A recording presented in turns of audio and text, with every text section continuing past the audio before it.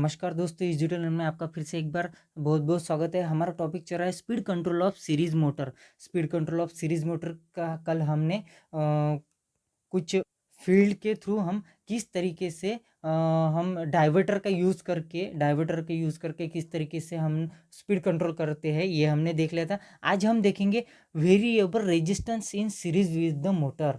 Motor के series में एक वेरिएबल रेजिस्टेंस लगा देंगे सीरीज में, तब स्पीड किस तरीके से कंट्रोल हो जाएंगी, ये आज हम देखने वाले हैं। तो सबसे पहले वही हम मेन मुद्दे पे आ जाते हैं, जो हमारा स्पीड का इक्वेशन है।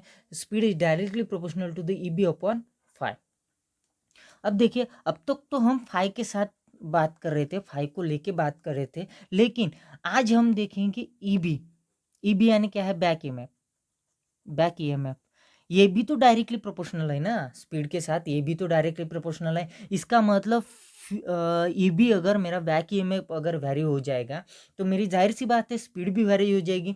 ये भी तो एक मेथड है। तो अगर हम फाई को कम ज़्यादा करके अगर स्पीड को वैरी कर सकते हैं, इसका मतलब फाई को वैरी करके हम स्पीड को वैरी कर सकते हैं, तो ईबी को भी तो वैरी करके हम स्पीड को वैरी कर सकते हैं ना। ठीक है, तो ईबी को किस तरीके से वैरी करेंगे, आज हम देखते हैं। मान लीजिए ये मेरी सीरीज मोटर है, उसके साथ मैंने सीरीज में एक वेरिएबल रेजिस्टेंस लगा दिया, जहाँ पे आप यहाँ पे देख सकते हो सीरीज में मैंने वेरिएबल रेजिस्टेंस लगा दिया। अब सीरीज मोटर में क्या है, पूरा जो करंट है वो एक समान ही होता है, आई। ठीक है, इसका मतलब मैं यहाँ पे रेजिस्टेंस लगाऊँ या इसका मतलब अगर मैंने यहाँ पे रेजिस्टेंस लगा दिया है, इसका मतलब ये रेजिस्टेंस मेरा सीरीज में ही कनेक्टेड है, किसके साथ? आर्मेचर के साथ, बराबर है। अगर इस रेजिस्टेंस की मैं बात करूं, तो ये रेजिस्टेंस फील्ड के साथ तो सीरीज में कनेक्टेड है, उसके साथ साथ ही किसके साथ? आर्मेचर के साथ।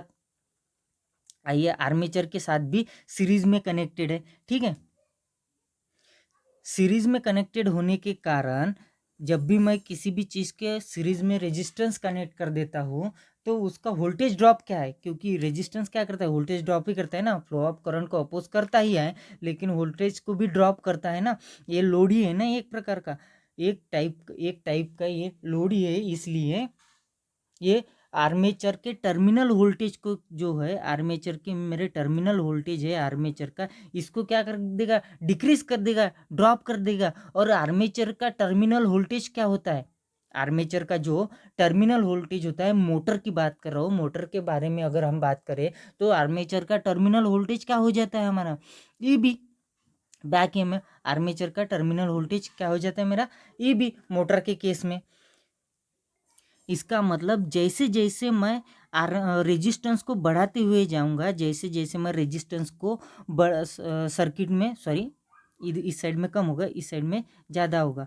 जैसे जैसे मैं आर्मेचर को वैरी करते जाऊंगा, बढ़ाते जाऊंगा सर्किट में, इससे अगर मैं बढ़ाने की बात करूँ, रेजिस्टेंस को मैं सर्किट में ज़्यादा से ज़्यादा इंसर्ट करते जाऊंगा, रेजिस्टेंस की वैल्यू अगर मैं सर्किट में बढ़ाते जाऊंगा, तो मेरा ईबी जो है वो ड्रॉप इंक्रीज होते जाएगा। ईबी ड्रॉप जो है मेरा इंक्रीज होते जाएगा। इसका मतलब ईबी ड्रॉप यानी कि ईबी ड्रॉप ने आर्मेचर टर्मिनल वोल्टेज ड्रॉप मेरा इंक्रीज होते जाएगा। Armature terminal voltage drop increase होते जाएगा, तो इसका मतलब आर्मेचर के अक्रॉस का जो वोल्टेज है वो डिक्रीज होगा। आर्मेचर के अक्रॉस का जो वोल्टेज है वो डिक्रीज हो जाएगा। और आर्मेचर के अक्रॉस में वोल्टेज कौन सा रहता है हमारा? बैक ईएमएफ यानी कि ईबी। अब देखिए, ईबी अगर डिक्रीज हो रहा है, आर्मेचर वोल्टेज अगर मेरा डिक्रीज हो रहा है, स्पीड भी क्या हो जाएगी मेरी? डिक्रीज हो जाएगी। स्पीड भी क्या हो जाएगी? अगर आर्मेचर वोल्टेज मेरा डिक्रीज हो रहा है, तो स्पीड भी डिक्रीज हो जाएगी, क्योंकि ये डायरेक्टली प्रोपोर्शनल है। इसलिए इस तरीके से हम ईबी को भी चेंज करके, यानी कि बैक ईएमएफ को भी चेंज करके हम स्पीड को चेंज कर सकते हैं, स्पीड को वैरी कर सकते हैं। और ईबी को किस तरीके से चेंज करेंगे? सीरीज में रेजिस्टेंस की वैल्यू कम ज़्यादा करके, यानी कि रेजिस्टेंस की वैल्यू वैरी करके, सीरीज रेजिस्टेंस की वैल्यू वैरी करके आर्मेचर टर्मिनल को हम आर्मेचर टर्मिनल वोल्टेज को हम वैरी कर सकते हैं। आर्मेचर टर्मिनल वोल्टेज अगर मोटर केस की बात कर रहा हो, तो वो क्या हो जाता है मेरा? ईबी। इसका मतलब ईबी वैरी हो जाएगा। ईबी वैरी हो रहा है मेरा, तो जाहिर सी बात है स्पीड भी वैरी हो जाएगी। तो आइए इसके कुछ पॉइंट देख लेते हैं। By the increasing the resistance in the series with the armature voltage applied across the armature terminal can be decreases या फिर और reduce भी बोल सकते हैं। अगर मैं रेजिस्टेंस को सीरीज में जो कनेक्ट है उस रेजिस्टेंस की वैल्यू अगर बढ़ा दूंगा तो जाहिर सी बात है मेरा वोल्टेज ड्रॉप बढ़ जाएगा। इसका मतलब टर्मिनल वोल्टेज मेरा कम हो जाएगा। यही इस पॉइंट में दिखाया है। With the reduce voltage across the armature the speed will be reduce.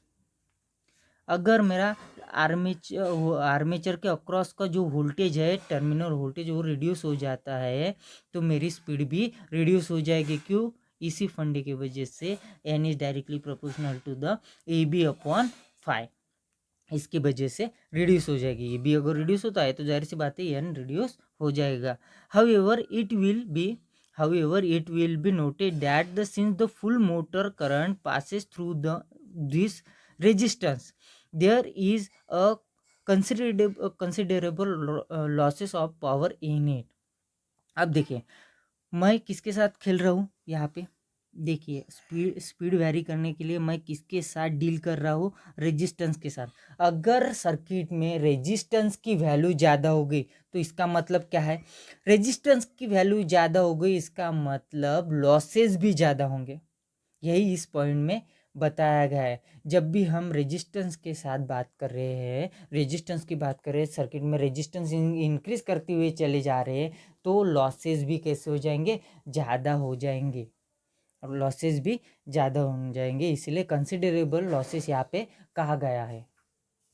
अगर मैं यहाँ पे इसका कैरेक्टरिस्टिक ड्रॉ करने को सोचूं तो क्या हो जाएगी? कैरेक्टरिस्टिक ड्रॉ करने की अगर मैं सोचता हूँ तो क्या हो जाएगा? समझ लीजिए ये मेरी स्पीड है और ये मेरा करंट है। आइए, जब मेरा रेजिस्टेंस सर्किट में कनेक्टेड है, तो मेरी स्पीड कैसी हो जाएगी? इस तरीके से, ठीक है, विथ रेजिस्टेंस, ठीक है। अब मैं रेजिस्टेंस को कट कर देता हूँ। सर्किट में जीरो रेजिस्टेंस है, इस रेजिस्टेंस को मैं यहाँ पे कनेक्ट कर देता हूँ। इसका मतलब रेजिस्टेंस की वैल्यू यहाँ पे मेरी मिनिमम हो गई। ये रेजिस्टेंस की वैल्यू अगर मैं जीरो कर देता हूँ आइडियली, तो क्या हो जाएगा? यहाँ से जो करंट है वो डायरेक्टली फ्लो होना स्टार्ट हो जाएगा। तो अगर सीरीज में रेजिस्टेंस ही कनेक्टेड नहीं है तो इसके अक्रॉस में वोल्टेज ड्रॉप होगा क्या? आर्मेचर के अक्रॉस में वोल्टेज ड्रॉप नहीं होगा। इसका मतलब आर्मेचर वोल्टेज ज़्यादा रहेगा। इसलिए मेरी स्पीड भी कैसी रहेगी? ज़्यादा रहेगी। No resistance. इस तरीके से कैरेक्टरिस्टिक भी हम ड्रॉ कर सकते हैं। तो ये था variable resistance in series motor. Variable resistance को सीरीज में कनेक्ट करके हम इस तरीके से स्पीड वैरी कर सकते हैं। तो दोस्तों आज के लिए बस इतना ही। धन्यवाद।